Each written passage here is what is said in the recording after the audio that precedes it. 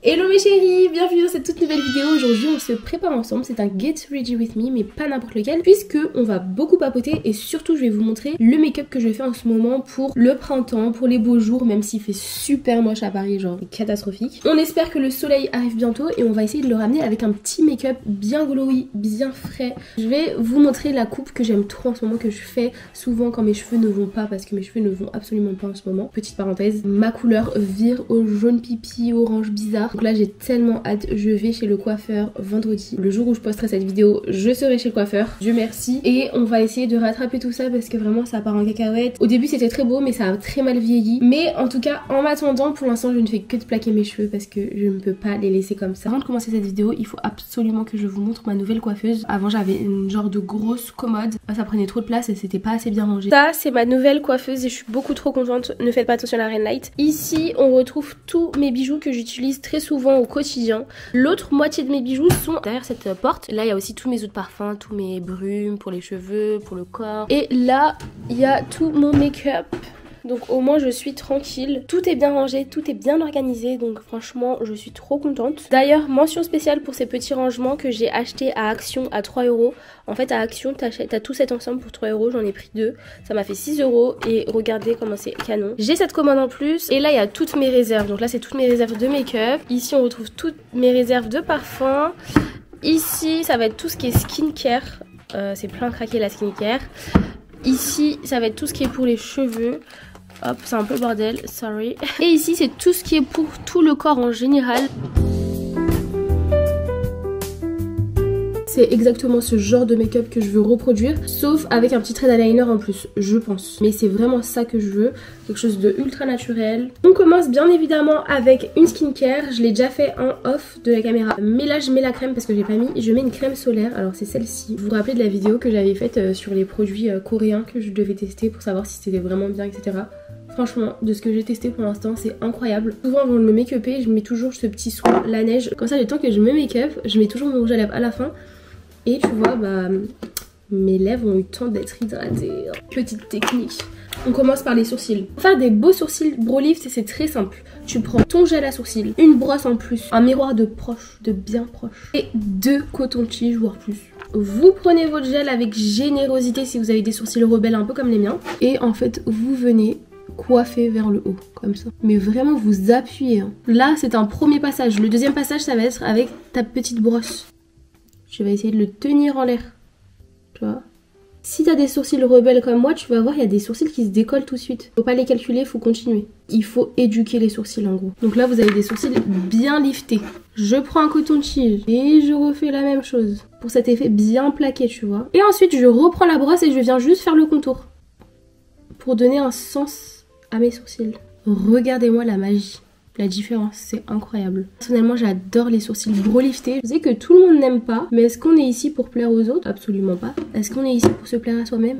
Bien sûr que oui. J'avais tellement envie d'aborder un sujet avec vous, la vingtaine-trentaine. Quand tu arrives dans l'âge de 20 ans, 30 ans, je sais pas pourquoi j'avais envie de parler ça avec vous, peut-être pour avoir votre avis justement sur ça. Genre quand t'arrives dans la vingtaine-trentaine, je trouve, t'es tellement dans un âge intermédiaire de ta vie et c'est tellement difficile. En fait t'es un adulte mais sans être trop adulte. Mais en fait t'es toujours un adulte qui apprend à devenir un adulte. Donc déjà c'est là que tu fais tes pires bêtises.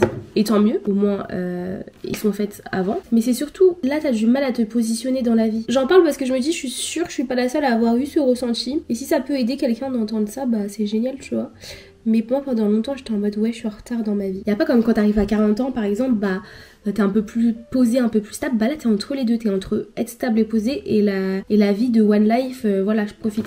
Enfin, moi je suis pas quelqu'un qui profite de la vie dans le sens où je vais en boîte de nuit et tout, c'est des choses qui ne m'intéressent absolument pas. Mais je suis dans le sens où je voyage beaucoup, où je fais beaucoup de choses pour moi-même. Je me dis là pour moi à cet âge, je trouve que c'est vraiment les meilleurs moments où faut faire des choses pour soi, tu vois, parce que si t'es dans l'optique par la suite d'avoir des enfants, fonder une famille, que tu sois un homme ou une femme, bah t'auras beaucoup moins de temps pour toi. Ça c'est sûr, tu vois. Je me dis mais arrêtons de se mettre la pression. Parce que j'ai parlé avec tellement de filles qui ressentent grave ce que je ressens. Ce fond de teint c'est vraiment l'un des meilleurs rapports qualité-prix. C'est le Kiko Full Couvrage 2 en 1. Il est tellement pas cher et tellement efficace. Et franchement c'est un truc de ouf parce qu'il y a tellement de matière. Il dure très longtemps. On est dans une société aussi où on voit beaucoup de jeunes personnes réussir très tôt. Et c'est trop bien pour elles, mais c'est vrai que ça peut en devenir un peu complexant. En toute sincérité.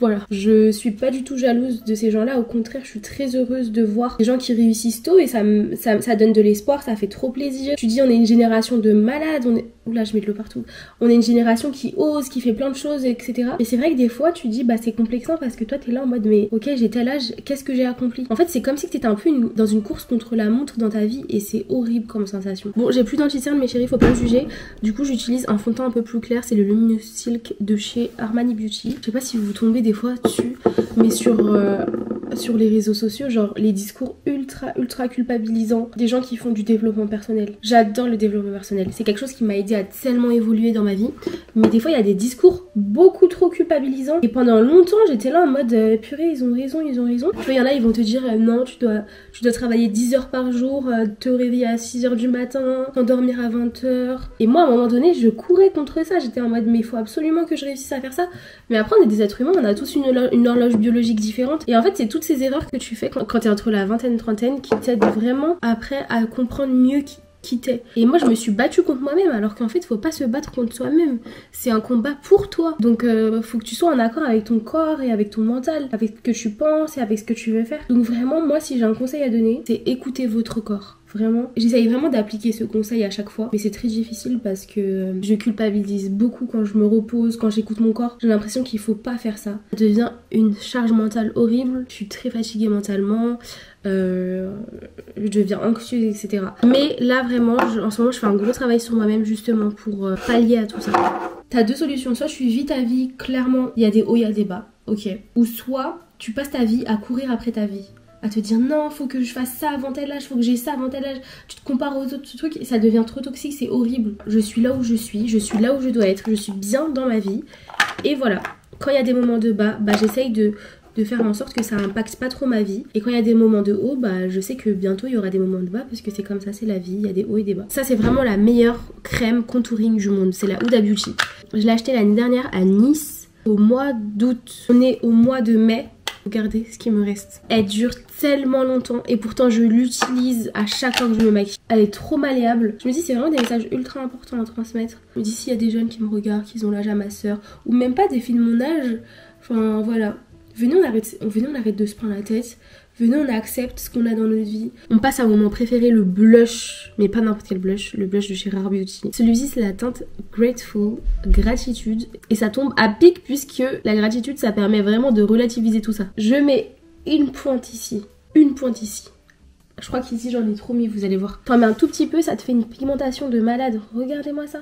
Franchement je sais pas si vous faites ça mais moi je passe tout le temps mon blush, enfin la fin de mon blush sur mes paupières. Il y a bien quelque chose que je n'oublie jamais dans le make-up, c'est vraiment la lighter, surtout en printemps-été.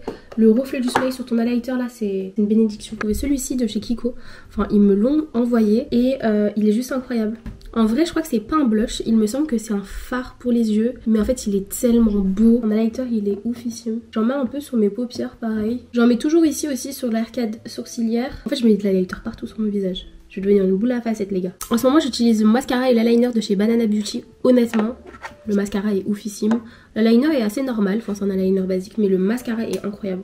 Là je vais venir tracer un mini trait, je veux pas un gros trait. Et après moi ce que j'aime faire c'est, vous voyez j'étends mon eyeliner et après je vais venir nettoyer ici. Regardez le résultat avec le mascara, c'est beaucoup trop beau. Pour mes lèvres j'ai trouvé un combo que je kiffe en ce moment. C'est un petit crayon marron, je ne sais même pas d'où sort ce crayon. Et un rouge à lèvres un peu nude avec des tons un peu chauds, rouge terracotta je dirais même. Moi j'aime bien faire un petit contour de lèvres assez simple, j'overline pas du tout. J'aime pas quand c'est overliné, je sais pas, je trouve pas ça du tout naturel.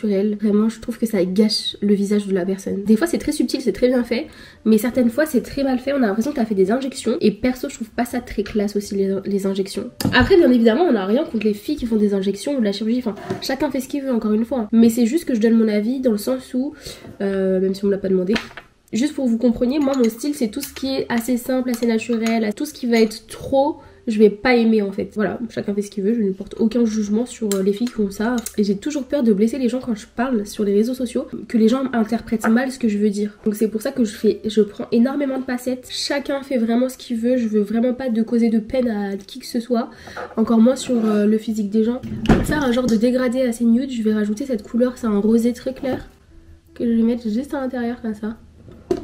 Pour ce qui est de la coiffure, en ce moment je m'inspire trop de Pinterest parce qu'il y a tellement de belles coiffures en inspiration. Enfin, genre...